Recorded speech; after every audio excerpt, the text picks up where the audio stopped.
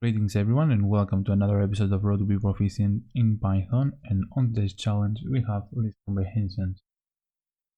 So in the objective we have three integers x, y and z representing the dimension of a cuboid along with an integer n. Print a list of all possible coordinates given I, j, k on a 3D grid where the sum of I plus j plus k is not equal to n. This 3D grid is actually all the subsets that we need to print, like here. You see we have subsets of numbers. Actually it's 3 because we have 3 variables, and we have a constraint here. Please use list comprehension rather than multiple loops. So the list comprehensions also actually have a tutorial here. A list comprehension is a more quick way to make a loop. It's something like the lambda of the Java, if you're familiar with. So here it has an example that then I can explain you. This is the for loop as you do it regularly. Like you have the for, you have the variable that you use, the I or something, and the values that x will take. A range of 10, which means it will go from 0 to 9. And all this output, it will go straight to this variable here. So x at the end will be a list, an array, because it's in brackets, of 0 to 9. So if we print it, we have a list of 0 to 9. I'm not that big fan of list comprehensions. In Python, it's something like a contest to make your code to be like one line. And this has some sort of problems because in the end the code is getting unreadable. So I'm not a big fan of list comprehensions because of that fact that if you want to make a small function that is you will use once, it's a good thing to know. You can use a list comprehension. So here, as you can see, we have outer loop, outer sequence, inner loop, inner sequence, and something inside. So what it does is x in this one, and for y in this one, print all of these. We will do the same, but instead of this one we need a 3. So in our problem, our input will be the 4 variables like here in separate lines, and we'll print all the subsets. So let's do it in one line, or the best thing that I can do to show you the difference is actually I will show you both of the ways, but the problem says specifically to demands that we need to use these list comprehensions. But I will go first with my multiple loops, and I will reduce the code to one line to make it more clear for you. So we have the for, and let's say you already did the read section. So Python 3, the comments, so multiple solution, accelerate loops. For x in range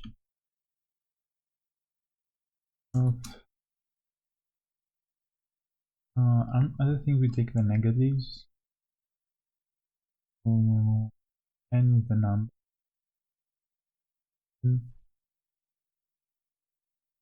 Each variable will have value for 0 or 1. Okay, our x can be 0 or 1, so we have 0, 2.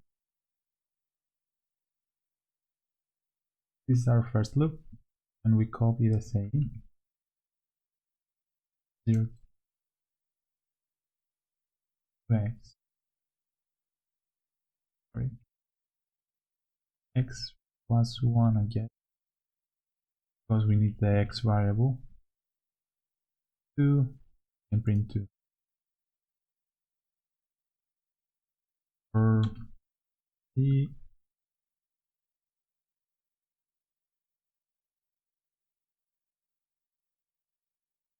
I think we need a different name to make it more clear. I will stick with it. Maybe I will change it in the end because I don't like to use the same name.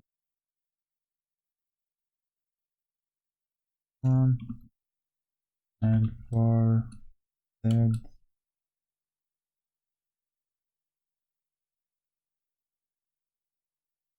I'm too lazy.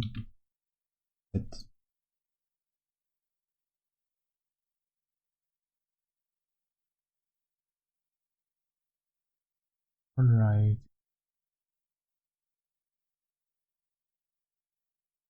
Plain.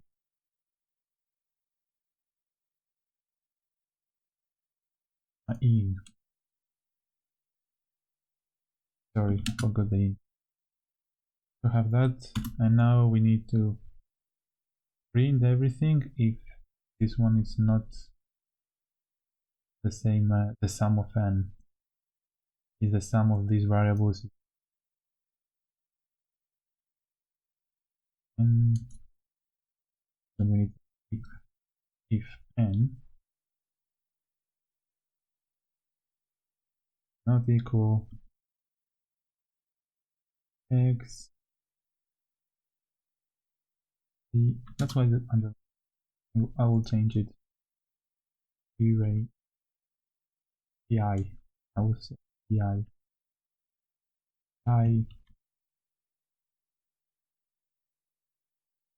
if hi zi plus zi not equal with n, that means that we can print or make an array of the thing, the list.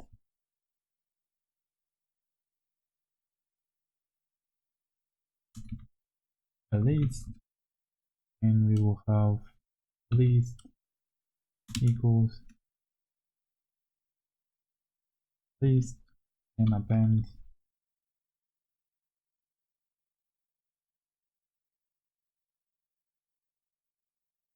one x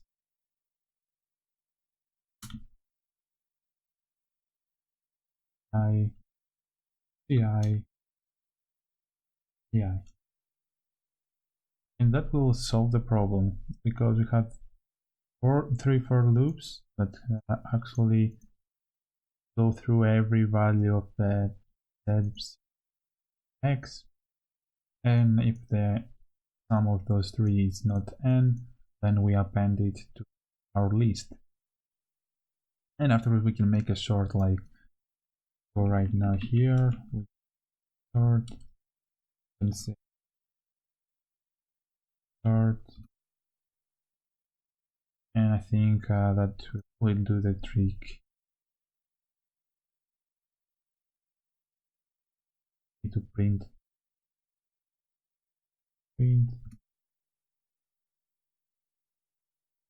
I'm not sure that we can print it, but as you can see, we have this expected variable, the expected output. Sorry, but it's not the way that we have to do it. So if you go back, here, I will comment the code for those that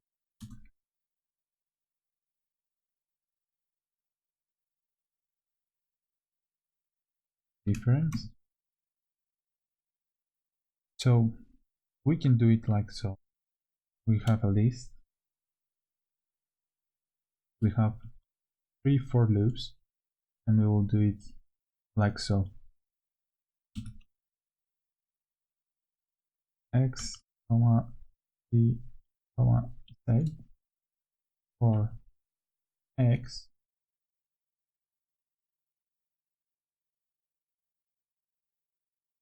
in range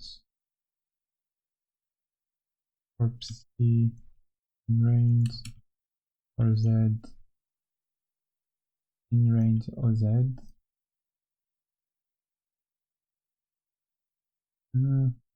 For so what tutorial we need a parenthesis, we need a bracket. I can do that.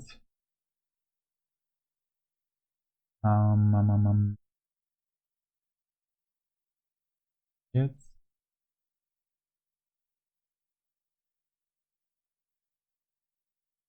So let's run our code, and we have a problem.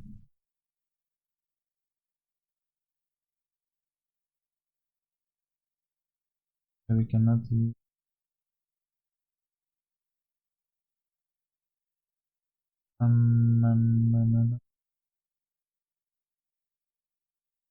let's make it like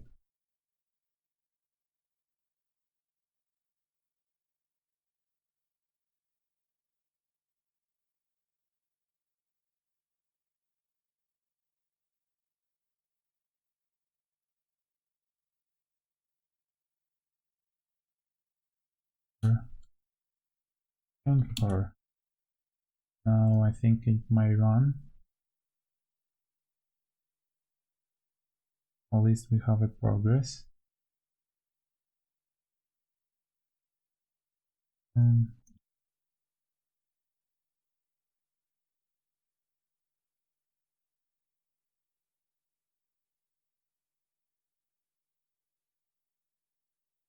Our output will be 0 0 0 0 1 0 1 0 0 0 1. Ah, yeah, we don't have the if. An if. How we do an if? Can't remember.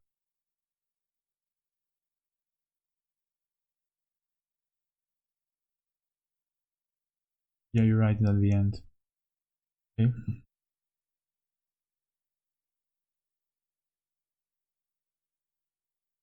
So if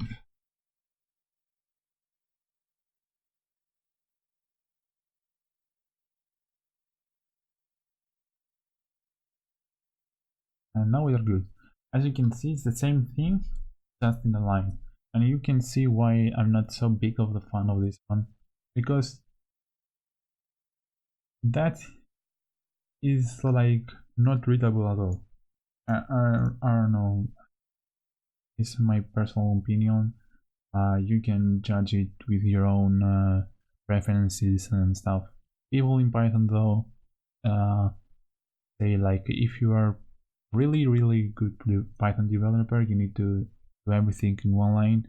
I suggest you to do it as much readable you can, because in the production code will be much better, and for other developers to read your code and have a good understanding of what you actually want to do.